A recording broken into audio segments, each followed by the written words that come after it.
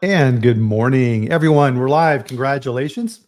You made it through the week. Another amazing week of food safety, food quality, awesome products that we all enjoy every single day. And if you're doing a good job out there, guess what? Nobody really notices. But Dustin and I, we notice. And we're here to say thank you. We appreciate all that you do. If you're new to the chat, pull up a chair. My name is Brian Armentrout, and this is the Food Safety Chat Live. And every Friday at 8 a.m. Mountain Time, 10 a.m. Eastern, we live stream on LinkedIn and YouTube, and we bring a show to you about a food safety topic. And what you'll notice here is that not a lecture, not a PowerPoint presentation. This is us talking with you, not at you. And that's really the really cool part about the show is number one, I get to bring awesome experts like Dustin on the show. And the second part is you're part of it, right? And so your questions get weaved into the show and make it all that better. And we appreciate the investment of your time in helping to make that happen. So with that, Dustin's been on the show once before. And I think, Dustin, it was probably one of the most watched shows I've had because it's such a good perspective, and having you on here just brings something that I think that the quality assurance and food safety world, kind of the techies out there, are craving for, and that perspective is very rarely heard. So thanks for coming on the show. Thank you, and I do take credit for that because I did pay a lot of people to join us last time, so it did cost a lot of money to take that honor. No, I appreciate it, and I think this topic is so important for your listeners, for the quality assurance people out there, and the branded sided people, and excited to have this conversation. Yep, absolutely. So everybody's filing in here. So Duncan's over in the UK. Good to see him. Vaughn is here. Elena, Jordan. So we have a lot of our very loyal participants who are joining us here on the chat. So Dustin and I worked together in the past at White Way Foods, and that's how we got to know each other. And we're both in the Colorado, the Denver metro area, where it's going to be, gosh, I looked at the forecast here, 80 degrees today. So we've had some rain, which was awesome. My yard looks great. So in Colorado, this is the time of year, the end of May, June, your lawn looks the best it's going to look, and then everything just goes to crap through the rest of the summer. You try and I always maintain get that. this false hope right now. I'm like, I'm doing well, and then yeah, sorry. It's like, yeah, there's no dead spots, and yeah, no, doesn't happen that way. So preparing for our chat here today, and so Dustin, and this is abbreviated. I don't know how you do all of this stuff. So you are the founder of McRae Consulting. You're an adjunct professor at the University of Colorado in Boulder, and you're the CCO, the Chief Commercial Officer for two companies, KJoy and Fable Fish. How do you sleep? Not well. Actually, I am very fortunate to have the opportunity to work with so many great companies. I have quite a few kind of smaller CPG clients that we work with, and for all of us on this, we know that CPG is a challenging industry, and Yes. so as I like to describe it, I try and help our clients ensure we watch out for the landmines out there and Mhm. stay away from them. And we'll actually get into this probably through this talk. My job is to help them understand the options that they have, the good and the bad of the decisions they can make, and then ultimately it's their company. As a previous founder, I started my own food company, as some might know. And one thing, I take a lot of empathy to the challenges, to the loneliness, to the struggles, to the difficulty. And so I think it's our job, regardless of the role you have as support people, to ensure that we're giving the best advice possible, but respect that the brand owners, it's their decision and their ownership of the company. And so I try and do a really nice job. Once in a while, I'll probably fall on the sword on something that I feel very strongly about, but generally speaking, I think it's important to know that these people have put their life into these companies, whether it's their company or they're CEO of a company. It's such an amazing opportunity, but it carries a lot of stress, a lot of loneliness, and a lot of sleepless nights, as you mentioned. Oh yeah. Oh yeah, absolutely. So as we get started here, everyone, join us for a drink Oh, of yes, your we got two. favorite. You probably can't see. Oh, there we go. I can see There two. they are. Nice. Cheers, everyone. Cheers. Very nice cup of coffee here this morning. Right, perfect temperature. Yeah, nice. So with that, with your academic background, Dustin, I did a little research and I wanted to find a topic here to kind of educate everybody and give a little extra to the chat here this morning. And I came across this. There was a recent university study, and I was very surprised by this. It said that women should not have kids after 40. Yeah, you know, I read a little bit more into it, and I was very surprised. I have to say that I agree with the study, because 40, that's way too many kids. I was waiting. I knew there was something coming here. I knew you couldn't be that controversial. I was waiting for that. I was waiting for that. That's a good one. That's a good one. Most of my dad jokes are inappropriate, so I'll save those for another time. So as we were preparing, so number one, right, having people with the CEO perspective on is very rare. And what caught my attention, I'll put a link to the end of our chat here for everybody. There's an article from a few years ago from Bill Marler, of course, very well-known food safety attorney, on the food safety and the CEO and keys to bottom line success. And that was kind of really the jumping off point for our chat. And I'll include these notes in the information as well on the database.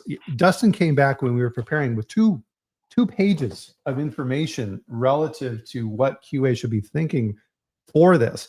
And anybody who saw the announcement for the LinkedIn, for the invite for the chat here, I started off with saying, one of the main complaints, Dustin, in the food safety world is, oh, I'm trying to do all these wonderful things for the company, but I'm not getting anywhere.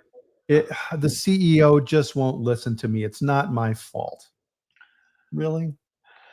Yeah, I was thinking more about this morning again, and the term that came to mind was using fear as a tactic to get people to do what you want.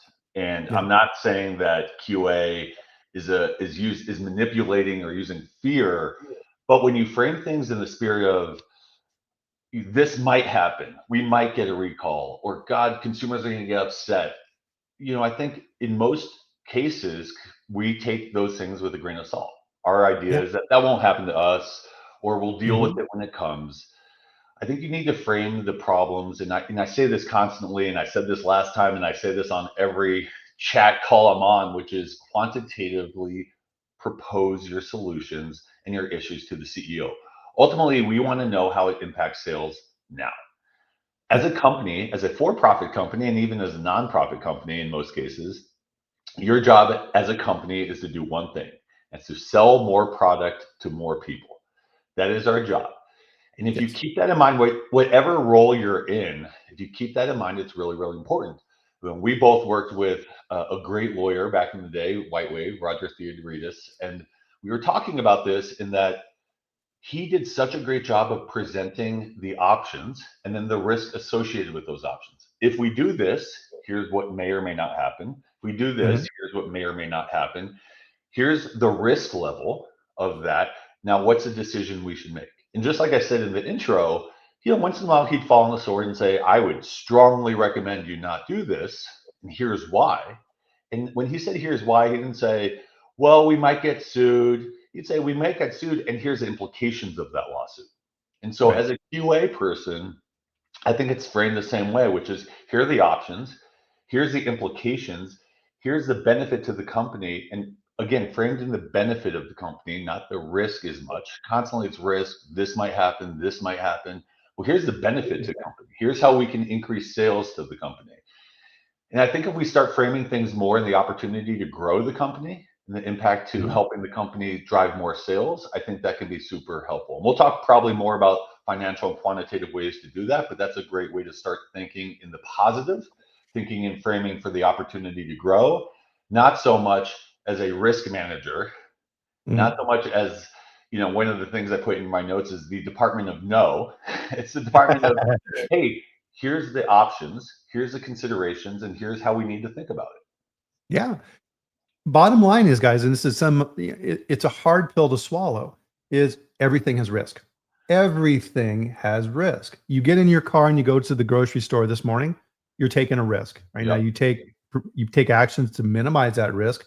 You drive the speed limit, you watch what you're doing, you wear your seatbelt, your car's in good shape, and your brakes are working, all those good things to minimize that. But there's still always a chance that some knucklehead is going to run that stop sign and T-bone you. Right? It's there. And a good way to think of this, so Scott Adams on his podcast, when he talks about issues like this in the political sphere, I think it's a good message for this as well too, Dustin, is that he'll talk about things in terms of percentages. he'll say, well, there's probably, this may happen, but it's probably a 15 to 20% chance that will happen. What's that based on? Well, some of it's based on experience and metrics if you have them. You may not. There's some situations where you don't. And I think a lot of times, and this is kind of the paradox of this, is as a technical person, I should be thinking in those terms. But sometimes I'll get very anxious about something, especially if it comes to food safety, and I may come running to you as a CEO with my hair on fire, and you're like, "Oh, whoa, what?" And then you react to that, and then nothing happens. You remember that, right? The next time I come running to you with my hair on fire, you're like, "Oh yeah, I remember the last time you did this." Right? Yeah. I'm not going to act as quickly this time. I think that's true of any department, and I've been guilty of that myself. I mean, I think we all have, which that anxiety of the moment creates this stress and this fear, and you think everything is going to fall apart. I think if we all look at our, and I'm going to get more conceptual here beyond QA. I think we all look at our lives, right? The things that we thought were going to explode in our face in that moment. Typically, time solves a lot of problems, right? So Yeah. giving time to think and process. The one thing that I think if all individuals in the organization, and by the way, I think a lot of this topic that we're going to talk about goes throughout the organization, whether it's QA or finance or sales or marketing. But if you frame things in the benefit again of sales, number one, and if you frame Mhm. things from a P&L mindset, number two, I think that's really, really important. So it's not that this is going to happen or that's going to happen or I think we need to invest in this quality assurance program because if we don't, such a risk of a recall. I think it's again framing things in terms of the P&L. And for those of you who aren't as P&L familiar, I think it's really simple, right? I'm going to break the P&L down to its simplest form. It's sales and cost, right? That's Yeah. the entire driver of a company. Cash flow comes out of that, right? If you sell more than it costs you, you're going to make money. And so if a company needs to invest $100,000 into a program or an equipment, how is that going to drive sales? And Right. again, I think in a lot of cases, we're thinking in QA or in other departments, well, here's what's going to prevent from a loss.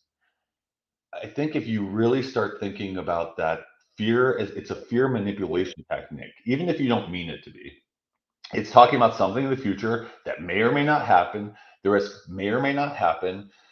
And so ultimately, you want to frame things and here's how it's going to benefit the organization in a positive metric. Here's how it's going to drive sales, and go from there. So I think Yeah. it's really about making sure that we're being positive, um, quantitative. Sorry, I froze for a second, so I lost my train of thought.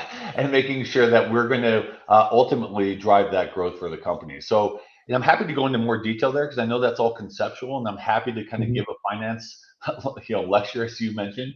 But ultimately, we really want to think about driving growth for the company, not the risk that may detract the company.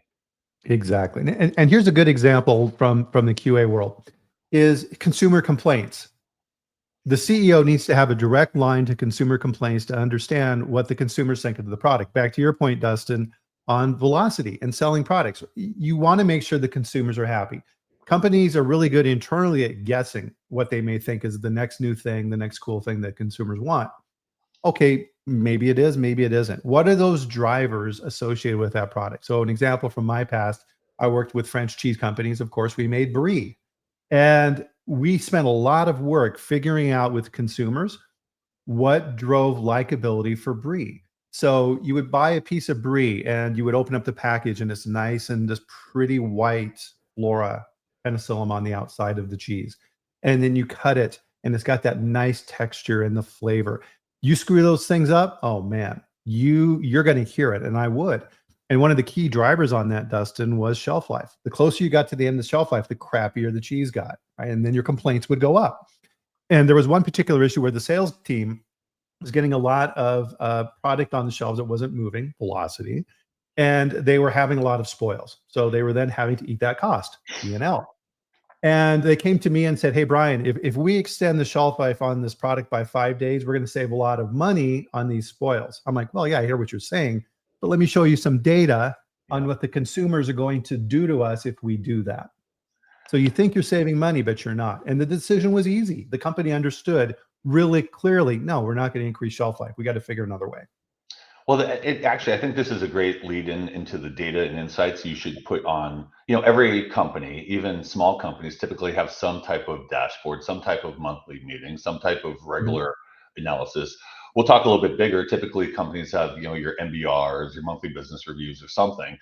I think it's really important to figure out which QA metrics belong on that sheet and how to then quantify them, right? And I think in your case, and honestly, I hadn't thought about this before, but a great partnership from QA should be with sales and marketing, right? Yes. Because what they can do is sit down with marketing. Hey, marketing, what are you trying to drive? What are the messages you're trying to communicate? Okay. And how does that play back through QA? Hey, sales, Mhm. how do we think about velocity? But one thing I have every company, regardless of size, do is track consumer complaints and compliments, by the way. And I Yes. watched those things, and over time, you start seeing trends. And so, to your Mhm. point, you start seeing these complaints about texture or quality, and then you see those continuing to increase. Well, now you have a texture quality issue, but what's the real driver? And in your case, it was shelf life, right? Or when it was happening Right. on the shelf. And so, dating, coding, and so it's really important to get all that information. If you go to the CEO and say, we're getting consumer complaints around quality, well, what's going to happen? The CEO is going to say, well, let's go figure it out. Versus if you come and Mhm. say, hey, these are the drivers, it's a shelf life issue, it's a timing issue. We need to think about how we're managing our on shelf presence. We should think about, um, in working with sales and marketing, we should think about discount and trade programs as we get closer to the end of the shelf life, because that's when our consumers' complaints spike up. That's Yeah. a very proactive way to drive increased sales, decrease risk, decrease quality concerns. That's a home run way to solve that problem. So that's in partnership with marketing, in partnership with sales. You come back to the executive team and you present a program and solution. That's the classic win-win. So to me, Yeah. that's really how to handle a situation like that. Exactly. And the answer maybe in that scenario too is like, wow, maybe we need to have an R&D project to figure out how to make the product last longer on shelf. You're bringing solutions to the organization. You're just not saying we have too many complaints. Right. Okay, what do we do about that? I don't know. Well, that's and that's that's worthless. why partnership is so important. And I think, in companies of the size where you have these siloed roles, I do think QA gets a bad rap, and sometimes ops, Mhm. right? You see the classic battle of ops and sales versus sales, right? What sales wants, ops going to fight back, and vice versa. And then Yeah. marketing somewhere in the middle.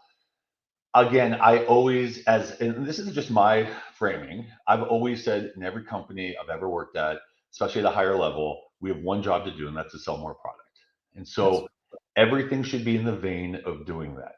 And in this Mhm. case, I think it's such a great example that if, I know it's easier said than done, but I think, man, you would make a big improvement if QA, and again, I'm using stereotypes, but if QA came to the sales leadership and said, hey, I want to partner with you to drive more sales. I think the sales leadership would be like, whoa, I haven't heard that before from QA, right? Yeah. Let's sit down. Here are the issues I'm seeing in QA. Let's figure out what's driving that. Again, using your example and just being repetitive here, it seems to be happening close to the end of shelf life. The Mhm. natural response, and I would give the same response, is let's extend shelf life. The smart response is, well, that probably makes the problem worse. And Mhm. so let's talk about what the solutions might be. And in my case, if you can extend the shelf life, which that's a longer R&D project, let's drive up increased trade closer to the end of shelf life so we don't get to that time where we increase complaints. And one thing I always preach also, for every complaint you get, there's probably, just depending on the size of your company, 10, 20, 100 other complaints you're not getting on that same issue. Yeah. Absolutely. So you can frame 100%. that out and solve that problem. So yeah, I think it's great. Yeah, here's a really good example from my past of sales and quality working together. So back to my cheese experience. I worked with a company that made a lot of mozzarella cheese for pizzerias, and their big chunk of their business was food service, sell all over the country. The market for cheese in the Northeast is completely different than the market out west. How so? Back east, they don't want their cheese burnt. They don't want blisters on top of the cheese. Why do New Yorkers fold their pizza slices? It's to drain the oil off. They use whole milk mozzarella in that market, higher fat level. Western pizza, part skim. They want to see blisters. That means it was cooked. And if you don't get those two metrics correct, you're going to get complaints. And we were seeing complaints in the Northeast with pizzerias.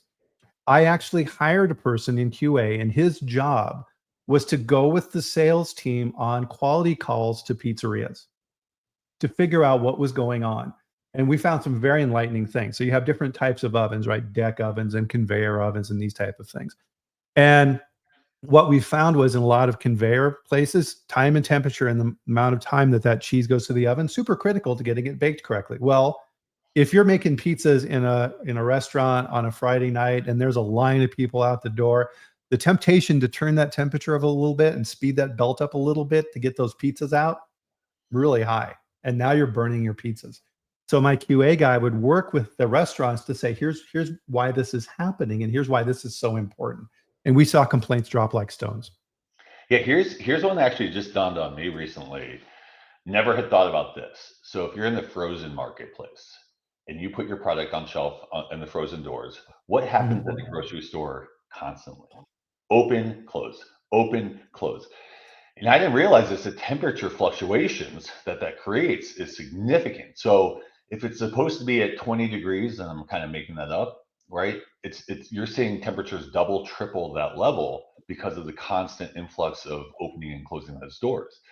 Yeah. What happens to the product? Thaw, dethaw, thaw, I'm sorry, thaw, froze, thaw, freeze, impacts quality, impacts consumer perception. And so if you're sitting in QA or complaints, customer service in your organization, and people are talking about your product being dry, people are talking about, again, if you don't get out into the marketplace and understand what's happening, and then say, okay, now this is an R&D project potentially, not really a quality assurance issue, or this is a sales conversation to have with the retailers about potentially what improvements could be made, it changes the whole landscape. Meanwhile, you spend hundreds of thousands of dollars trying to reformulate, and it really has nothing to do with you. It has to do with the fact that consumers are opening and closing these freezer doors, right? And Yeah. so I think it's really Yeah. important to get out into the marketplace also to see how consumers are using your product. And I think there's nothing better than that. And so I'm a big fan. I'm not a big fan of like formal research. So like focus groups,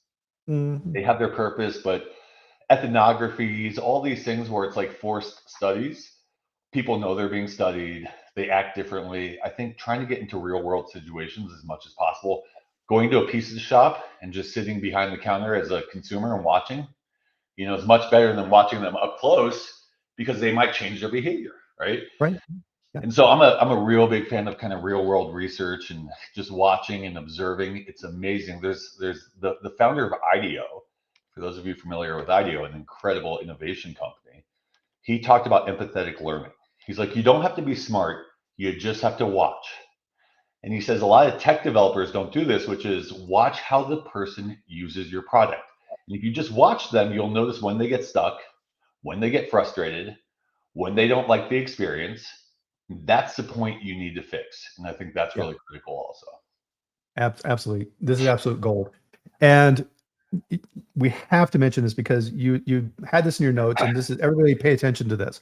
Is Dustin said that there's your department in quality. What we need to be focusing on is three things: brand protection, customer retention, and scalable growth. And guess what? Food safety and food quality fit under that. They're not separate, right? If you're doing a good job at food safety and food quality, and you're thinking it in terms of brand protection, customer retention, and scalable growth, you're going to win and you're going to be successful in that role. Those three things it's a great way to look at it. Thank you. Yeah, I think just got to be careful about, again, and I hit this 1,000 more times as much as we have time, frame it in the positive of growth. And by the way, for those of you who know me out there in this virtual world, you'll know this is something I've worked on too, because you do get fearful, you do get scared of what might or might not happen. And so I've really worked very hard to start thinking about how to frame things in the potential for growth and the potential for benefit versus the risk profile. But It's it is important. And again, going back to Roger, who we both know, I think it's really important to say, hey, here's what's happening. Here is the risk. Here's the benefit. Here's the information to make a decision. And you said this already, and I think it's critical. If you come and you do the boy who cries wolf just one or two times, the person you're going to is going to be like, oh, Brian was always stressed out about this. This is always his hot button topic. Don't worry about it. It's not a big deal. Well, one time it might actually be a big deal, but we just neglect it because it's just Brian being Brian. And I Yeah. think being cognizant of how you're perceived within the organization and how you present things. And if you feel like this is an area for improvement, I'm a huge fan. There's so many, like, I love the, what I call the self-help business books, Uh-huh. um, business coaches, or find someone in your organization or outside your organization that you think can frame these things. And in today's world, we have this little thing. I know people are starting to hear about AI, and I do this all the time. If I'm not sure how to present an idea, I will just bluntly type it into ChatGPT and say, how do I present this in a way that's, humble, proactive, optimistic, whatever I want it to do.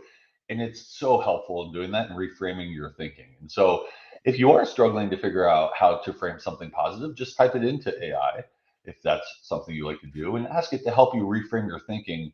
And it's such a powerful way to start learning the verbiage and the way to communicate in that more positive ROI focused manner. Yeah, absolutely. Yeah, I'm using Grok more and more. Grok's a great one. I kind of joke. I'm like, you type into any AI, like, you son of a bee, I can't believe you did this. And then you type in, like, make this a proactive conversation. Dearest colleague, I'd like to inform you that. So, anytime there used to be like sleep on it rule, like sleep overnight before you react, or, get some time between you and the issue. That's what I use AI for nowadays. Yeah. Create that separation a bit. Yeah. Yeah, and inherent. I want to pull something out of what you've been talking about as well that is implicit, but we haven't actually called it out. Is that when QA is presenting data to the senior leadership, to the CEO of the company, your data needs to be framed in terms of forecasting information, not reporting on what happened last quarter. It's like, oh yeah, complaints were up last quarter. Okay, whatever. It's everybody already knows that. It's much more useful to say, all right, for these particular products, here's the trends that we're seeing. We're seeing an uptick in complaints for texture. I'm concerned about this. We're tracking this. I've got some people out in the field who are doing additional work, and we'll have more to follow up on that. We're going to make sure that this trend doesn't continue. Oh, okay, good, right? Yeah. You're looking at things going forward, not backward. Well, I think this is a huge issue in companies as a whole. And again, so much of what we're talking about goes beyond QA, which is Yeah. the classic, and 99.9% of the people are going to have heard this, right? Don't present a problem without a solution, right? And I'm not saying that's always possible. There are definitely times where you generally don't have a solution and you do need to present the problem. But those are the exceptions, not the rule. And so again, history helps inform the future, right? If you ever watch those finance commercials, they'll say past results do not guarantee future performance. It's the same kind of issue in real life. And so what you think about is, yes, those are trends. They're informing something. Using the cheese example now that we've hit a few times, I think partnering with your cross functionals to say, come back to that meeting and say, here are the trends. Here's what we've seen. Here's what we're doing about it. Here's how we'd like to move forward. Any thoughts? Nope, great. We'll come back to you with our game plan. That's a phenomenal way to deal with an issue versus, oh crap, we're getting consumer complaints. Everything is not good. We need to switch this. We need to fire that. That's not helpful, right? That's No, not very helpful. no. And to your point, you need to be proactive on these things. So marketing, yeah. So one of the things when you're out doing consulting and working with your own business like I do, as opposed to being inside of a company all the time, is you get a very strong respect for these other groups. The job that marketing has extremely difficult, right? They're being constantly hammered. Back to your point, we need to grow, we need revenue, we need scalability, we need new products. Here's what the competitors are doing. What are we doing?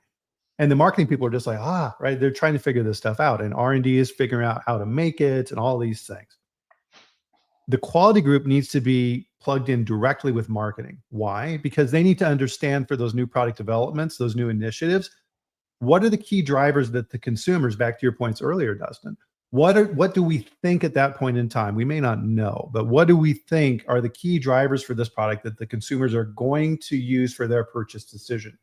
I need to build that into my quality metrics so I can monitor that.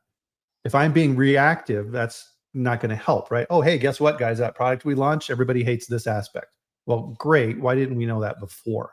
Yeah. I mean, I think very few things in life are black and white. And Yeah. I'm just debating as you were talking about that, about giving this example, but I'll do it anyway. Yeah. Back when I was one of my jobs, I won't name it for protecting the guilty, but back in one of my jobs, I was CMO and I was running R&D and innovation, and I hired the QA team for our organization. And Mhm. I was very frustrated because everything came back as you can't do this. This is not going to happen. This is the problem. I always felt like there's always a solution. Now, I always joke that solution might mean $10 million. I mean, that might be the solution is we just need to get a private jet and fly to, Europe and pick up something. I don't know, but there's most Yeah. cases a solution. And so I ended up replacing that team and found great QA and operations and R&D individuals who frame things in that message, which is, hey, okay, you want to do XYZ. I see the importance. I see the timeline. Here are the implications of that. Here's what we need to do to make that happen. Here's how I'd like to frame that, test that, learn about that, whatever it is. This is the cost. This is the benefit. Okay, that's a different conversation. Now I respect how you're thinking about the problem. And by the way, you might actually get what you want, which is me being like, you're right, that's too complicated, never mind.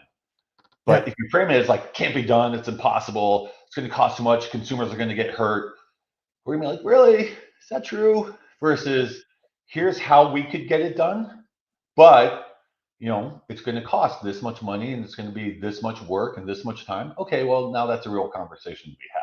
It's a Yeah, very exactly. different way of framing the issue. Yeah, on our last chat, you had brought up a visualization that stuck with me is that you're the CEO and you're walking down the hall and you see the head of QA walking toward you. Are you looking forward to speaking with that person? Or are you looking for maybe another way to walk, right? Yeah. It's just, again, we all have stereotypes and no stereotype is exactly true in every situation.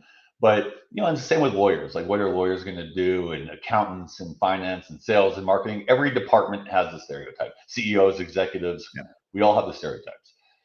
Ultimately, again, rehash this. If you frame things in terms of driving growth for the company and how to drive more sales, you will be successful regardless of what role you sit in the company, because that is the job of the company. The CEO, in most cases, you're private equity owned. I mean, you might be publicly owned. You might be private and you have investors. Doesn't matter. Either way, everyone's looking at one thing: are you driving growth for the company? That's it. Yes. And that's the stress on the CEO. How am I driving growth? Problems are just that. I mean, and I've been CEO of multiple companies. Most are smaller, and, call it 0 to like 30 million. I've had a couple bigger roles, but either case, feel like our job is to drive growth, but so many times we're firefighting or dealing with problems. And Yeah. so the staff that I loved were the staff that came to me with problems and solutions and who demonstrated that they would execute against that, regardless of the role. So that, Brian, if you came up to me, you're like, look, here's the issue, here's what I want to do about it, here's how we're going to solve it, and you've proven that track record, you're my gold mine. Great, got it. It's a problem I don't have to worry about it anymore. And that's really how you want to present yourself to executive leadership or to your boss or to your Right. peer. So Yep. Because a lot of times in quality, Dustin, one of the complaints that I hear is, and in this frame, I'm very anxious to see how you layer this in, is quality will come to leadership and say, hey, we need to fix this problem, whatever. And the answer they get back is, it's not in the budget, right? And then QA is like, okay. But really, that's a failure on their part, isn't it? When that defensive statement comes up. well, I was going to say, how much does it cost? And then, yeah, that's not in the budget. Again, let's get into math a little bit, right? Yeah. I always say that everything can be quantitatively decided. I'm a big fan of every decision in the company should be 80% quantitative and 20% qualitative. So even sales opportunities. I deal with a lot of shiny object syndrome in my world now, which is, oh my God, XYZ retailer wants us. That's phenomenal. But they want this and they want that, and we have to launch this product. I'm like, that's all great. Let's look at this from a quantitative perspective and understand the implication of it to our cash flow, to our business. And so I'm kind of being the negative one, I guess, in that scenario. But here's what I'm doing is I'm saying, let's look at it from a quantitative perspective, right? Because then it's not my opinion. It's not your opinion. It's a black and white. This is, I guess, where it is black and white. This is the ROI. Then the 20% comes in. Are there strategic benefits to the organization and how and why we should make this decision? So let's use a QA example. A piece of equipment or a system or a project, it's going to cost $100,000, making this number up. What I would do is sit down, because you've now developed the relationships with finance, with sales, with marketing. I would layer that in, understand the benefit to the organization. So it's going to cost us $100,000, but the payback is 7 months because we're reducing complaints by 30%. That 30% translates into 3 more units per store per week of sales, which equates to $500,000, 5 times ROI. Boom, the CEO or executive leadership is going to be like, oh, wow, okay, that makes sense. Yeah. Right. That's the way, again, simple example, but that's how you frame these types of opportunities. Right. And generally in companies, just so everybody's on the same page here, most food companies are dealing with about a 3-year ROI. So if you're looking at some type of a capital investment in this context, it's generally, if you're longer than 3 years to get your money back for that investment, it's probably not going to happen. Well, and I'll And challenge that. Sorry, Brian. I will challenge that, say, because I'm used to smaller companies too. yeah. That's a long ROI. Again, Oh smaller, yeah. but again, even if it's a longer ROI, but you're seeing a significant increase. The one thing that I think people fail to think about in terms of velocity is there's 2 types of velocity. There's penetration velocity and repeat velocity. Yeah. What I mean by that is penetration of new consumers, right? And then repeat are, you buying the same product. Every time you get a new consumer, that's a potential for a repeat consumer. And every time you get a repeat consumer, that increases the lifetime value. Yes. So if you layer those things on, you might find that your ROI is actually a bit better than you expect. Mm, that's a good point. And you brought up a good thing there as well too, that we'll talk about more as well too, is that the size of the company matters. Is if you're the CEO of a company with less than 30 million a year in annual revenue, your decision-making process is going to be different than a company with $1 billion in sales. You have a different window, you have a different lead time, you have different finances, you have, as you'd mentioned, investors and everybody else who's looking for a return on their faith in you to build that company. That's driving decisions, isn't it? It's really interesting. I think being the smaller you are, the more there's a lot more challenge, right? And here's an example. If you are a $5 million company and you have a recall, let's put it to the ultimate extreme. Not, you have a recall or you have a really bad situation, your company's probably dead. I mean, at Yeah. that point, chances are you cannot bounce back from that. Boris Head has a recall, right, which happened a year ago or whatever it's been now. It was a blip, right? They dealt with it, they moved on. Tylenol. I mean, there's been a lot of big companies that have had these.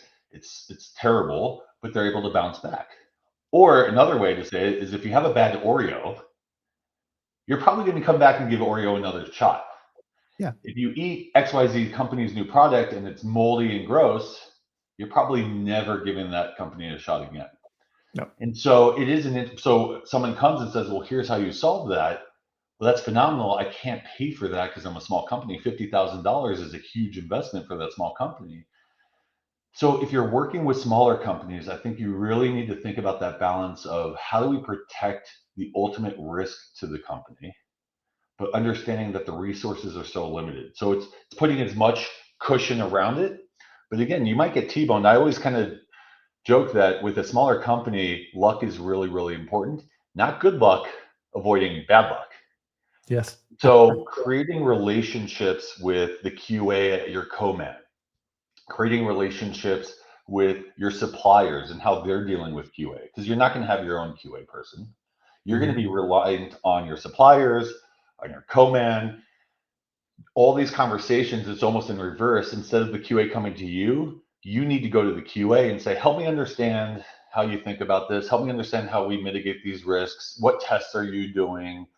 It's not that expensive for you to add a test into the mix if you're a smaller company, if you want to protect yourself, right? So I think it's more of a reverse play the smaller you are versus incorporating QA into your organization. Right. And yeah, so for those type of companies, right, if you're a small company, odds are you're using a co-man. You don't have the capital to build out $100 million plant. No, you're gonna be, and so you need to work with that company to make sure they're working on your behalf because guess what? They have their own company to run and they have 20 other customers too. So how are you working with them? How are you making sure that they understand your wants and needs? Because they want to keep you happy. Yeah. But this was always the paradox with co-mans because guess what, guys, even big companies use co-packers because if you're a big company and you're launching a new product and you're not sure it's going to work, guess what, you're going to go to a co-man and use their line capability to launch that product to see if it's going to justify building that into your operations. Co-mans are used all the time, and if you're a small company you may be limited in the co-mans you can use. And so back to your point, Dustin, there's going to be a risk assessment with that of who you can actually use. If you're a big company, guess what? If you're a large CPG, you are also limited because there's only so many co-mans out there that can actually meet your capacity needs because you're huge and you need to make sure you're working with the right people. So these decisions don't go away; they just change. And I think too, you made a good point here for the small companies, Dustin, is that if you're the CEO and you're bringing on those team members, and you had referenced this earlier, where you had people that you were working with in QA that didn't have the right mindset, so you had to bring in new people. Uh, you need to be very entrepreneurial, and that QA person needs to be able to put on multiple hats and tackle whatever needs to be done. Yeah. Like I said, it becomes a reverse plan. It's understanding what are the pinch points, what are the bottlenecks, what are really going to cause issues for you as a company, and making decisions there. So, for instance, let's say you're marketing yourself as an allergen-free, top 12 allergen-free company, gluten-free company, and you don't have internal QA, and you feel like the co-packer you're working with is not taking that seriously. Well, and you'll correct me if I'm wrong here, but a simple adding on a swab test at the end of production or during production, minor, not that big an impact, not that costly, has a huge potential way to save your business, right? Yeah, So you can put into place in most commands, they're going to be happy. They don't care if you're paying for it, they'll do it, right? yeah, And if that's important to you and you don't feel like you're being given the QA standards that are important to you as a company to protect your core assets of the company, then you should put those into place. One thing I also kind of preach, and my preacher hat is, if you haven't, I'm going to come back to how this impacts QA, but I say this from a marketing landscape. I work with a lot of companies that have a lot of crazy ingredients, or they've spent, superfoods. Yeah, yeah, they have all these things in their ingredients. But if you pay for something as a manufacturer, as a brand, that you are not getting credit for from the consumer, why are you spending money on that? So let's uh, say, for instance, you spend an extra 30% to have compostable packaging, but you're selling candy to kids. I'm just making this up. yeah, Okay, it's great that you have compostable packaging, but now you're charging $1 more to a consumer that doesn't care. Or maybe you're not charging that dollar more because the consumer doesn't care and you're not getting the benefit of that. Or you market compostable and your 12-year-old kid buying this doesn't care. yeah. The point being, if you have products or ingredients that don't matter to the consumer, don't put them in your product. Now, where I'm flipping Mhm. that to QA is to say, if there is something about your product that is critical in nature to the consumer, make sure you protect that aspect. Again, whether it's allergen free or gluten free or probiotics, whatever your messaging is, that's where you need to focus your QA efforts first and foremost, because protect the entity, the asset, the brand that is being created versus, worrying about XYZ issue that ultimately is not that important to the consumer. Right. And that's back to that element of trust. If you have that consumer base that is buying based on your claim of allergen free, to your point, and you violate that, You're done. done. You're done. Yeah. Especially as a small company. But even, people now, the reaction is so immediate and swift. And there's good and bad things to the way the marketplace works now, is that things kind of go in and out of cycle quickly, right? Yeah. So, like, using the board set example, back in the day, that would have been probably news cycle for weeks, right? It came, it went, it was dealt with and moved on. And that's probably due to that and how Boarset handled it. But ultimately, I would say it's really important, the smaller you are, to focus on the critical nature of your business and make sure that's protected. Everything else is secondary. As a bigger company, it still holds true. But you and I used to work at White Wave together. And do you remember the Rachel's product? Oh yeah. So Rachel's was a cottage cheese that had other stuff in it. Like I can't even remember, but maybe Oh herbs yeah. or Yeah. All kinds of crazy flavors and yeah. yeah. There was actual inclusions in it. I loved it Hmm. until one day where I opened one and it had some mold in it. And Hmm. then a couple times later, I did it, and it happened again. Even as a employee of White Wave, and I'm not knocking our QA friends at White Wave for this, but as a consumer, I was turned off by that. The core Hmm. essence of anything in dairy is to not have bad dairy. That's where that focus should be, not on whether or not the packaging was X or this was Y. That's the core essence of that product, and it violated that trust. Yes. So I think it's really, really important to focus on the issues that are core to the product, and then everything else comes second after that. Right. And I love how this is all being framed in terms of brand protection, which is how you should be thinking. So back to the co-man example, right? You have a claim that the consumers trust, and you have a co-man who's doing that. This is where working with your legal team is important. Build that in the contract. Right? So, okay, here's our product specifications. One of our specifications requires finished product testing to verify that that product is allergen free. And guess what? If your product fails that test, you eat it because you made it wrong. We're not paying for that. Get that in writing beforehand. There's a rule I think that we forget in quality a lot of times is if you want something, the best time to get it is before you pay for it. So if you're going out to find a new supplier, they're going to be much more cooperative before the contract is signed and they're being paid. That's the time to strike and to put these things in place. And again, agreed. The caveat: smaller companies, the manufacturer's typically going to be like, take it or leave it, Yeah. whatever they offer. So fine. So if you have to not to pay for the bad product, but if you have to implement that testing protocol on your end, those few extra bucks, and by the way, that stuff's not that expensive. Again, if you get smart about how and when you test this stuff, Hmm. it's well worth that investment and putting that into place because that's going to Yes. protect your brand. The co-man, and I'm not knocking co-mans. I ran a co-man. I get the difficulties It's of hard. running a co-man. Yeah. It's very hard. And again, like everything else, until you wear someone else's shoes, you don't really understand some of the issues. But ultimately, if I ran my co-man a certain way and a client came in demanding X, Y, and Z, I'd be like, go pound sand, Yeah. hopefully in a nicer way. But if they came in and said, hey, this is really important to me. How do I partner with you to make this happen? I'm willing to help invest in that. Be like, sure, let's figure it out. Right. And Mhm. that's a different way to approach that. Right. And that's a really good point that I want to emphasize here as well, Dustin, is that through this entire conversation here today, partnering is becoming a very important phrase that we're using constantly during this conversation. If I go to that co-man, and again, put on your other hat and say, geez, if I'm working at that co-man and I'm in charge of quality at that co-man, and I have 20 customers that I need to satisfy, oh, how do they do that? Right? That's really, really hard.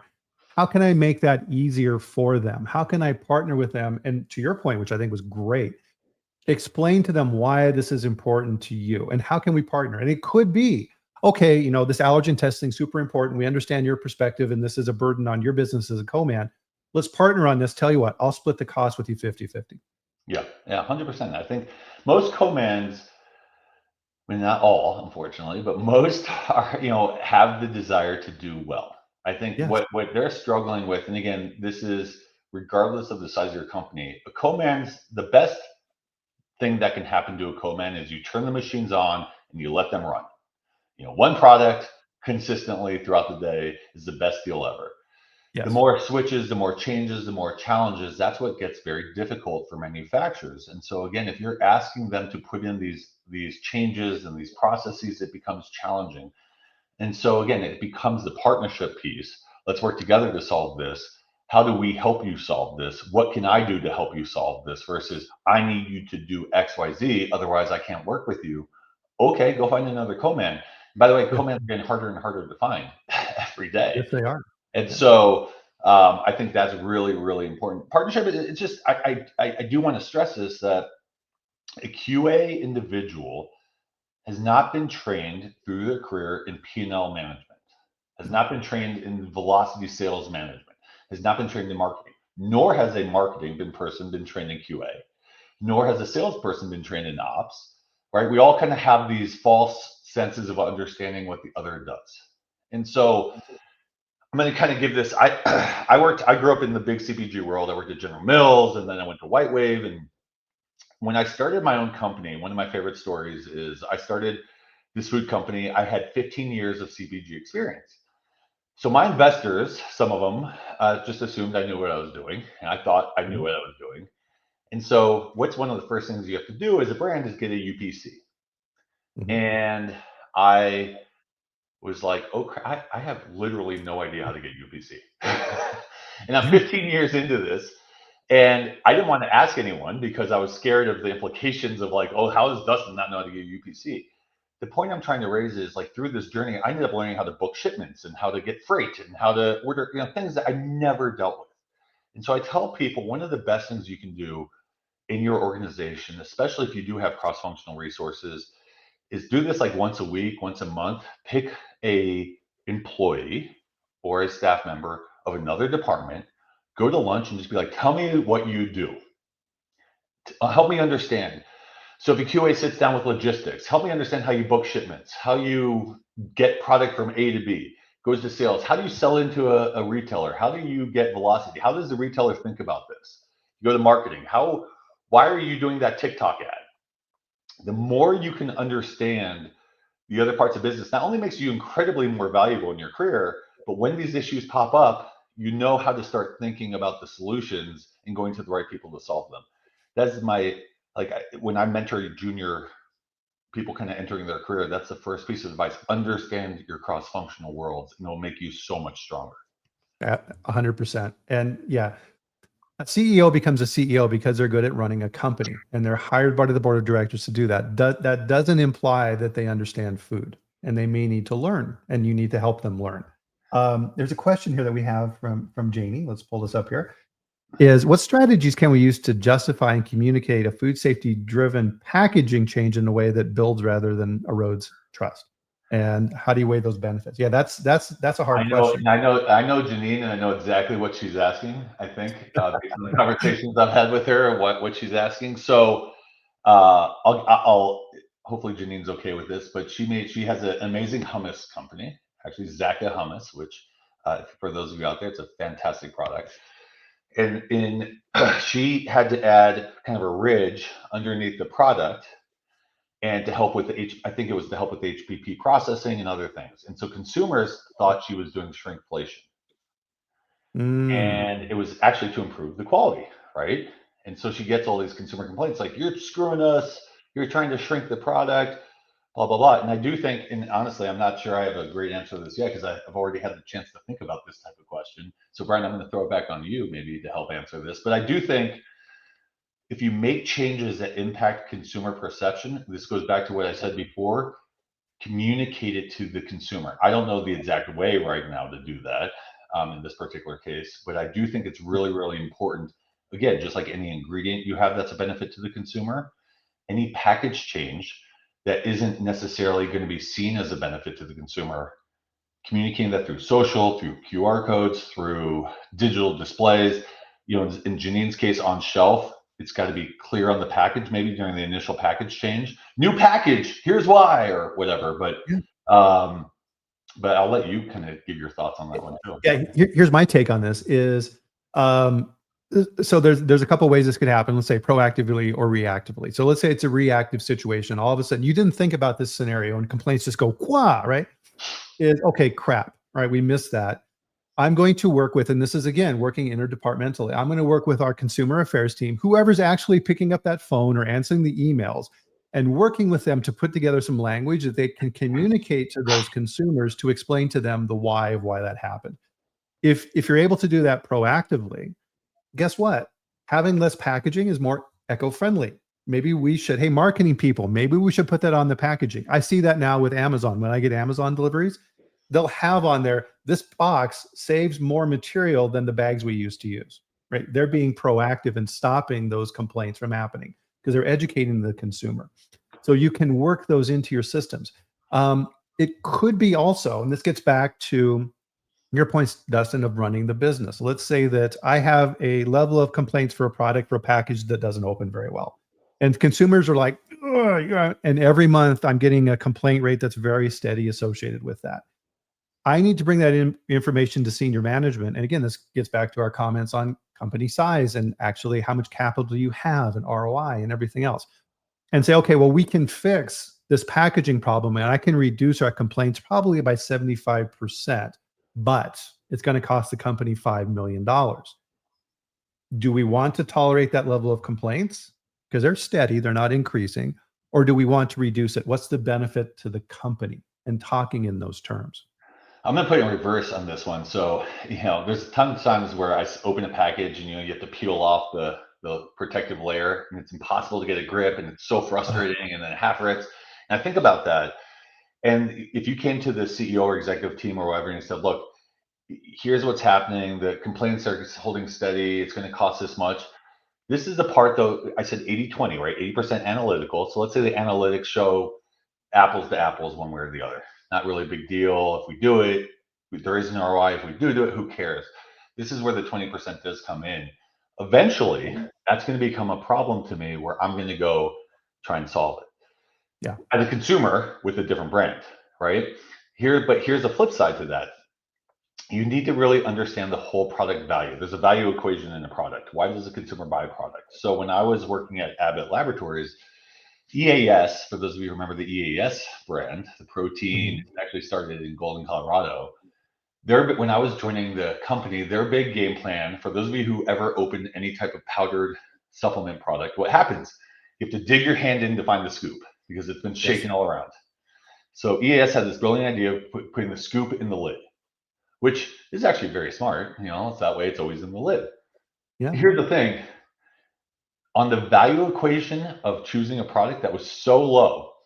So while it was great for those of the people who bought EAS already, it wasn't going to create a switching phenomenon because they chose on protein level, on ingredients, on brand, blah blah blah. The scoop fell 10th on that list.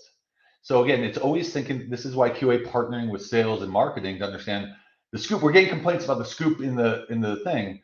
Marketing can come back and say, well, realistically, we've done the analysis. It's 10th on the value equation. It's a nice to have. If we can fix it, awesome. But it's not worth $5 million of equipment to do that. Right. Exactly. Well, this conversation has absolutely flown by, Dustin. And so with that, we'll bring this back up to the 30,000-foot level. And what are some of the kind of the key points here today that you'd like to leave with our audience?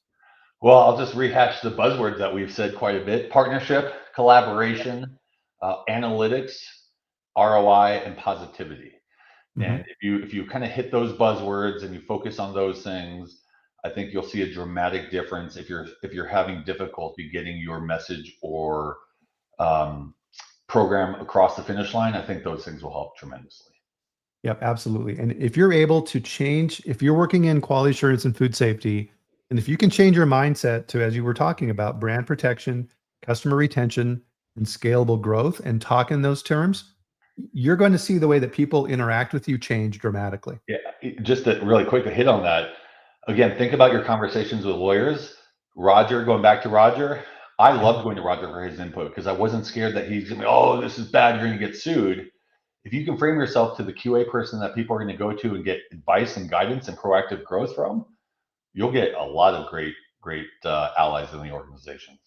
Yeah, absolutely. Yeah, I would come to him sometimes and I would come to him for advice because he was so good at it. Yeah. And you would go and talk with him, and his first reaction 9 times out of 10 would be to sit back and go, Yeah. He would think about it for a while, and then he would ask you a question back. Yeah, and that's great. I love it. Well, thanks for having me. I appreciate it. Oh, yeah, you bet. Let me put in the link here to the Marler Clark article that I referenced earlier. So definitely read through that. Wow, great chat. Dustin, you always just overperform. Thank you for coming on. This has been fantastic. Thank you. Anytime. And everybody, that'll bring our chat to a close here for this week. Of course, we're going to be back here next week at the same time with another amazing guest like Dustin at the same time, 8 a.m. Mountain Time, 10 a.m. Eastern, and we'll talk all things food safety. So in the meantime, enjoy the weekend. Get out there, have a little bit of fun. I'm going to see a comedian tonight. I'm going to go see Louis C.K. Oh, which is going to awesome. be, It's awesome. yeah, I'm excited, super excited to see that. Go have some fun, and we'll see you back here next week. Thanks, everybody. See you then. Bye.